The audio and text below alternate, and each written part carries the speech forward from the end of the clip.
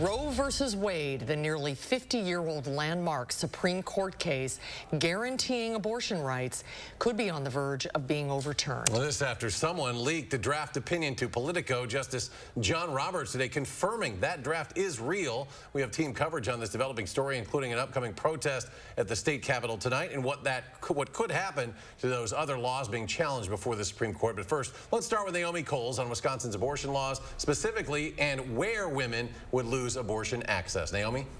There's swirling legal questions about just how enforceable a 173-year-old state law is. Nevertheless, as far as we know today, Wisconsin would revert to an 1849 state law banning all abortions except those needed to save a mother's life. Whether prosecutors would actually enforce it in the 3 counties that provide abortion services, that may not matter. First, a reminder. Abortion is still legal and still available in Wisconsin and elsewhere. But if the Supreme Court follows through on its leaked draft opinion, we revert to state law, which in Wisconsin means an 1849 law banning abortions in every case except saving a mother's life.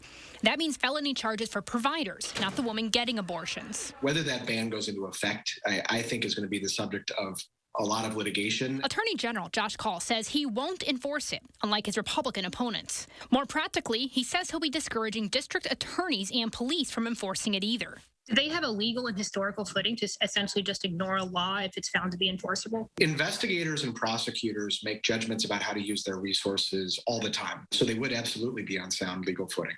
But enforcement doesn't matter much if abortions aren't available. In Wisconsin, non-emergency abortions are only available at 3 Planned Parenthood clinics statewide, including this one on Madison's east side. I confirmed with Planned Parenthood they will halt all abortion services if roe-v-wade is overturned. Jenny Higgins from UW's Collaborative for Reproductive Equity says that could leave women going out of state and a rise in unsafe abortions. So we live next to 2 haven states, Minnesota and Illinois, that have protections in place that even if Roe were to fall, those states would continue to have abortion be legal and available.